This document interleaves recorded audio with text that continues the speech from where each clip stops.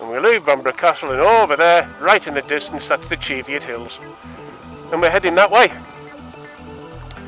But first, we're going on to Holy Island.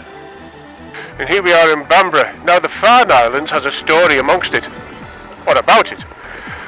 And that was all to do with Grace Darling, who went out in a rowing boat to save people from a shipwreck. And such was her heroic endeavours, the legend still lives on today. And just on the outskirts, as we come up, heading north, just on the outskirts on the left, you've got the Grace Darling Museum, so you can find out all about her.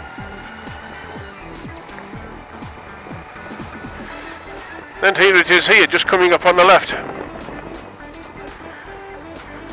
So that's all about Grace Darling and her heroic events of saving people from the shipwreck on the Farnes.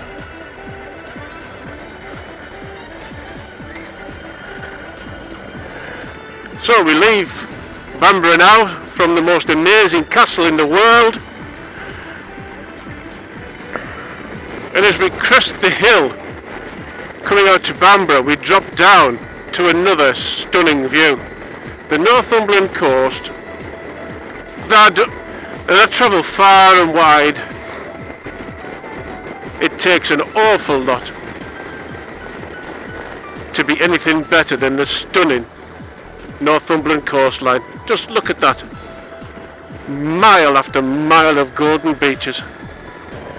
And here we are, A1 north and south. This is where we're going to turn left to go towards Holy Island, which is only 12 miles away.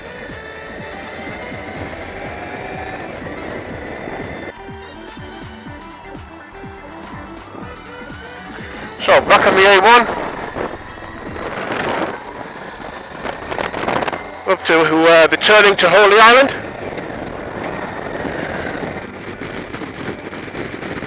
Now you see this garage coming up on the right.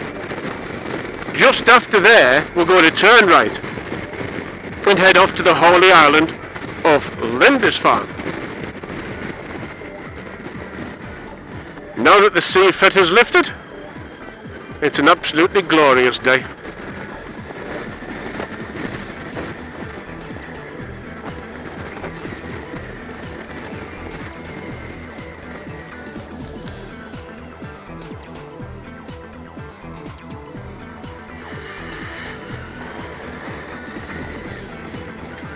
Just down here we're going to be going over a railway line, and just after the railway line you've got Brockmill Farmhouse. Very motorbike friendly, some good hard standing parking, way off the beaten track, and the rooms are lovely. You'll be able to see it on the map and see a film about them too, but it's just up there. Now Lindisfarne Priory, of course, they had the monks. It was also where the Lindisfarne Gospels came from, and they have a copy here for people to view. I think the main one is kept down in London. The most important part is this sign saying check tide tables. The reason for that, we're going across a causeway that when the tide comes in, it comes in like a bull in a bloody china shop, and there have been hundreds of people trapped on the causeway. Hundreds of people. So check the fact on the tides, because if you get across to the island, you might get stuck if you don't get off in time.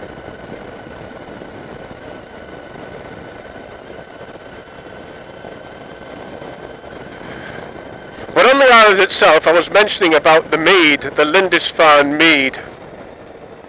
And it's very, well, it's made with honey. It's very sweet. So, unless you're into sweet stuff, I'd give it a miss. But what I would say, it's an acquired taste, and unless you try it, You don't, no. But you can see the tide goes over here. When the tide's in, this road is actually underwater. So you've been warned. Check your tide tables, okay? But when the tide's out, just look at the expanse of golden sands.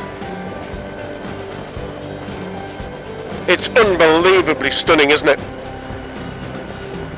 Mile after mile of nothingness.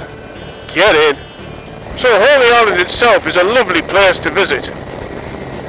There are car parks, because you've got to walk around the island. Unless you live on the island itself, you're banned from driving around it. Because it's only got a few short, small roads. But park up in the car park and have a walk round, go down to the priory, the castle, and explore what the island has to offer. But remember, check your tide tables. And so now we head back to the A1. Here we come back to the A1, where we're going to turn left. And we're going to turn left to take us down to Ford and Eagle.